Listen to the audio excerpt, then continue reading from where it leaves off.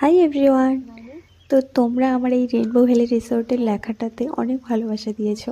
তো আমি ভাবলাম যে একটা ভিডিও শেয়ার করি, তাহলে তোমাদের আরও সুবিধা হবে দেখতে যে জায়গাটা কতটা সুন্দর, আর তোমাদের যেতেই হবে। তো যাই হোক, আমরা অনেকটা জার্নি করার পর আলিপুরদুয়ার থেকে শিলিগুড়ি থেকে তারপর রংপুর থেকে তারপর এখানে কলেজ ভ্যালি পৌঁছে আমাদের এত খিদে পেয়ে গেছিলো যে ফার্স্টেই ফ্রেশ হয়ে খেয়ে নিয়েছিলাম। আর এটা হচ্ছে ডাইনিং এরিয়া, দেখো কি সুন্দর ডাইনিং এরিয়াটা, মানে পুরো রিসর্টটাই এত প্রাকৃতিকভাবে সাজানো, ভীষণ সুন্দর। আর এত সুন্দর ছবির মতো, মানে কিউট, দেখো কি কিউট কিউট কটেজ, একটা ছোট্ট সুইমিং পুল, রুমগুলো ভীষণ সুন্দর ছিল, বাথরুমেও ভীষণ পরিষ্কার। আমি অ্যাকচুয়ালি ভিডিও করিনি, ওটা ভুলে গেছিলাম, তো ওটা নিয়ে কোনো চিন্তার কারণ নেই, ভীষণ সুন্দর। আর রুমের প্রাইসটা তোমরা একটু ফোন করে জেনে নেবে, আমি ডেসক্রিপশনে দিয়ে দেবো, কিন্তু তবুও একটু সিজন ওয়াইজ তো চেঞ্জ হয়, তাই ফোন করে নেওয়াই ভালো। এখানে ভেরিয়াস টাইপের রুম রয়েছে, যেমন ডিলাক্স রুম, কটেজ, আলাদা আলাদা রয়েছে।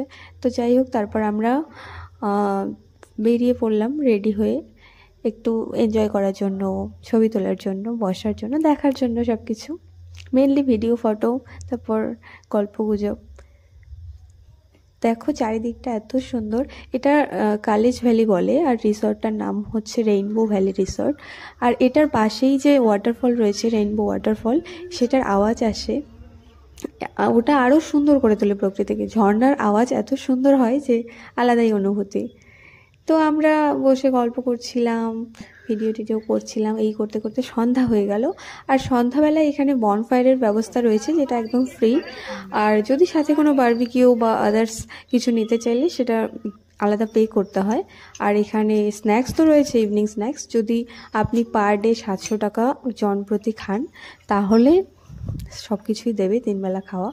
আর এখানে আলাদা একটা অপশান রয়েছে, সেটা হচ্ছে রেস্টুরেন্ট স্টাইলেও আপনি খেতে। পরদিন আমি সকাল সকাল উঠে এনজয় করছিলাম, ওখানে পাহাড়ে বসেছিলাম।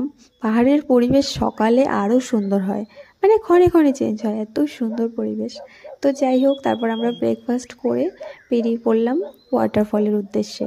আর এই ওয়াটারফল যাওয়ার রাস্তাটাই হচ্ছে আসল আকর্ষণ আমার মনে হয়, কারণ এই রাস্তাটা পাহাড় জঙ্গলে ঘেরা, কংক্রিটের রাস্তা রয়েছে, যেতে কোনো অসুবিধা নেই, কিন্তু এত সুন্দর, মানে কি বলবো, আলাদাই সুন্দর। তো আমরা হাঁটছিলাম, একটু হাঁটতে হয়, এই প্রায় 45 মিনিটের মতো।